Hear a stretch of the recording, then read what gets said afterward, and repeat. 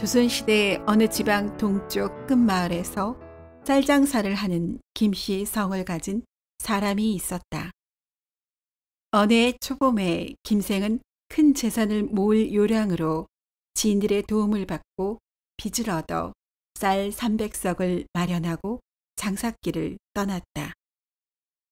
이문이 많이 남을 곳을 찾다 보니 수많은 마을을 지나게 되었고 어느덧 서쪽 끝마을에 다다르게 되었다. 마을의 물정을 살피고 숙소로 삼기 위해 근처 객주로 가서 여장을 풀었다. 다음 날 아침이 되자 식사를 마치고 객주의 사람들이 모두 어디로 가고 있었다. 김생이 객주의 일꾼에게 묻자 마을에서 제일 부잣집에서 해마다 이맘때면 300여 남짓 되는 마을 사람을 불러 잔치를 한다는 것이다. 김생도 궁금하여 사람들을 따라갔다. 김생이 부잣집에 도착하니 이미 3355 마을 사람들이 잔치상 앞에 앉아 있었다. 하지만 여느 잔치집 분위기와 달리 사람들의 표정은 심란해 보였으며 지죽은 듯 적막하였다.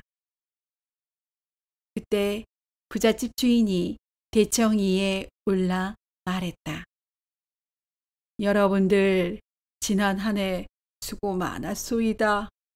앞으로 닥쳐올 시름은 있고 오늘은 그저 즐기십시다. 그러나 마을 사람들은 즐거운 내색 없이 고개를 떨군 채 술만 들이켰다.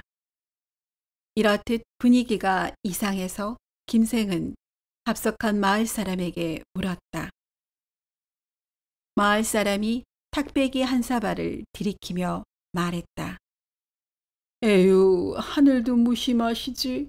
지난해는 여름에 가뭄이 들고 추수 즈음에 풍우가 그치질 않아 쌀 한 톨 걷어들이지 못했습니다 그려. 보릿고개까지 몇 달을 버티어야 하는데 마을에 쌀 한 톨 남아있지 않았으니 오늘이 이별주 마시는 날이나 마찬가지라오. 남 어려운 모습을 지나치지 못하는 김생은 한참 동안 마을 사람들의 시름 섞인 넋두리를 들으면서 묵묵히 생각에 잠겼다. 기실 김생은 어린 시절 극심한 보릿고개를 겪고 배고픔이 무엇인지를 아는지라 마음이 무거워졌다.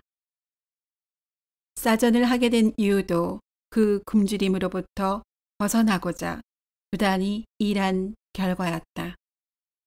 마을 사람들이 보릿고개까지 버티려면 300여석의 곡식이 필요하다는 말을 듣고 한참 후에 김생은 대청마루에 올라서서 말했다. 여러분들 잔치집 분위기가 이리도 가라앉아서야 되겠습니까? 네, 동쪽 끝마을에서 짜전하는 장사꾼인데 여러분들께 기한을 두지 않고 쌀을 융통해 드리겠습니다. 마을 사람들은 김생의 말을 듣고 길을 의심했으나 모두 기뻐했다. 마을 부자가 마을을 대표해 고마움을 표했고 빠른 시일 내에 쌀을 갚겠다고 했다. 그날 마을 사람들은 시름을 잊고 즐거운 마음으로 잔치를 즐겼으며 김생은 객주를 통해 쌀을 전달했고 흐뭇한 마음으로 고향으로 돌아갔다.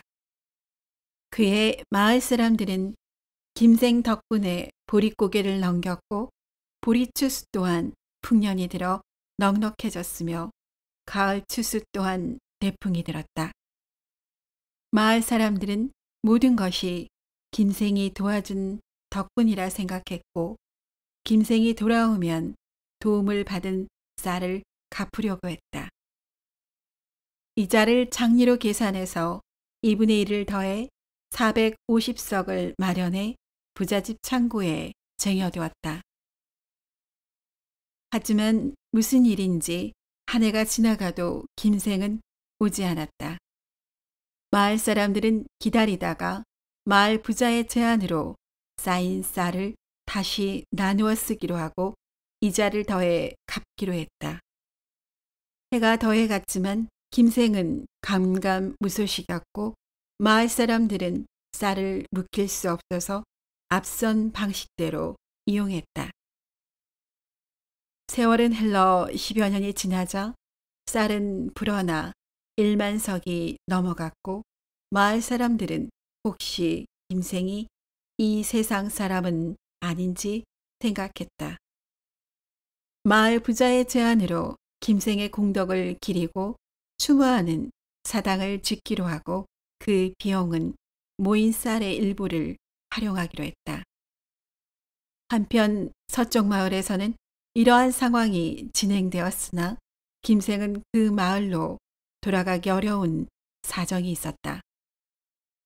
장사 미천인 쌀을 주고 고향으로 돌아간 김생은 다른 장사가 잘 되지 않았고 빚에 쪼들리게 되자 빚 갚느라 가산을 모두 정리해서 무일푼이 되었다. 살림이 어려워 고생을 하는 와중에 아내마저 병을 얻어 세상을 등지게 되었다. 김생은 하는 수 없이 어린 아들과 함께 남의 집 머슴으로 들어가게 되었고 힘든 생활을 이어갔다. 그 와중에 여러 사정으로 서쪽 마을을 찾아갈 생각을 하지 못하였고 고단한 남의 집 더부살이를 하다 보니 아예 그 마을에 받을 것이 있다라는 생각조차 못한 듯 잊고 살아갔다. 이렇게 김생은 공공한 삶을 이어가다 아들이 20살이 채 되기 전에 세상을 떠났다. 홀로 남겨진 아들은 믿고 의지했던 아버지를 잃고 깊은 상심에 빠졌다. 남의 집 더부살이를 하는 터에 묘자리를 구하지 못해서 매장을 못하였고 마음 놓고 복도하지 못했다. 달빛도 어두운 어느 날 처량한 심정의 김생 아들은 문 앞에서 한숨을 짓고 있는데 지나가던 늙은 스님이 발을 멈추고 사연을 물었다. 김생의 아들이 그간의 처지를 얘기하자 스님이 말했다. 종가 인생 세옹지 마라 했네. 너무 슬퍼 마시게나. 내 청기를 보니 자네 선친을 편히 누일 곳이 있어 보이네 그려. 힘들더라도 나를 따라 묘자리를 보러 가겠는가. 김생의 아들은 스님의 말이 믿기지 않았으나 도움의 손길이 간절하던 차에 말을 따르기로 했다.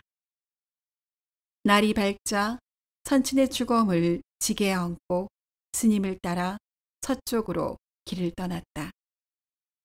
가도 가도 끝없는 길을 며칠 동안 걸어서 날이 어둑할 즈음에 어느 마을 어기 호젓한 곳에 덩그러니 서 있는 기와집 근처에 도착했다. 기와집에 이르자 스님이 김생의 아들에게 말했다. 여보게 먼 길을 따라 오느라 고생했네. 이곳 기와집 대청마루 아래 선친을 묻으시게. 그리하면 대대로 복이 찾아올 것이네. 장사 잘 치르시게. 라고 말하고 호련히 떠나갔다.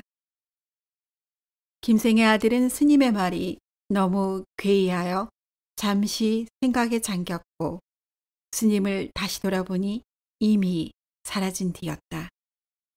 결국 어쩔 수 없다는 생각에 밤이 깊어지길 기다려 기와집에 들어가 스님의 말대로 선친을 대청마루 밑에 묻었다. 이렇게 매장하느라 어느덧 새벽이 밝아왔으며 김생의 아들은 들키기 전에 기와집을 서둘러 빠져나왔다. 그런데 그만 그 기와집을 들보는 듯한 사람과 마주치고 말았다. 김생의 아들은 죄를 지었다는 생각에 발이 떨어지지 않았고 청직에게 붙들려 마을의 부잣집으로 끌려갔다. 마을 사람들이 몰려들었고 마을의 부자가 다그쳤으나 김생의 아들은 차마 사실을 말하지 못하고 한동안 버텼다. 하지만 관아에 고변한다는 말을 듣고 김생의 아들은 장사 지낸 이야기와 그간에 살아온 내력을 소상하게 말했다. 이 말을 듣고 사람들은 눈이 희둥그레지며 놀랐고 마을의 부자가 말했다. 여보게, 자네가 십수년간 오매불망 기다려온 동쪽 마을 김공의 아드님이었구먼. 이리도 기막힌 우연이 있을꼬. 자네가 선친의 묘자리를 제대로 찾았네 그려. 기실 그 기와집은 마을 사람들이 김생의 선행을 기리고 제사 지내기 위한 사당이었던 것이다. 이 사실을 알고 김생의 아들 역시 놀랐으며 마을 사람들의 따뜻한 환대를 받았다. 며칠이 지나자 마을 사람들은 사당을 허물고 김생의 시신을 수습하여 제대로 장례 절차에 따라 봉분을 만들고 성물을 세워 묘를 조성했다. 그리고 김생의 아들에게는 그동안 모아두었던 1만 녀석의 쌀을 건네주었으며 마을의 참한 처녀를 배필로 맞이하게끔 도움도 주었다. 이후로 김생의 후손들은 대대손손 번창하였고 주변 사람들에게 선행을 베풀며 살았다고 한다. 마을 사람들 역시 해마다 김생의 선행을 기리며 제사를 지냈고 이 일화를 널리 알렸다고 한다. 이렇듯 아무런 셈 없이 어려운 사람을 도운 김생의 선행은 비록 자신과 가족에게 어려움을 가져왔으나 훗날 보답으로 돌아왔고 후손들이 번창할 수 있게 되었다. 복자는 이 이야기를 듣고 어려운 사람을 아무런 조건 없이 도울 수 있는 아름다운 마음과 그 베풀어준 마음을 고마워하며 잊지 않고 보은하는 마음들이 널리 전해진다면 세상이 좀 더 따뜻하지 않겠느냐고 한숨 지었다고 한다.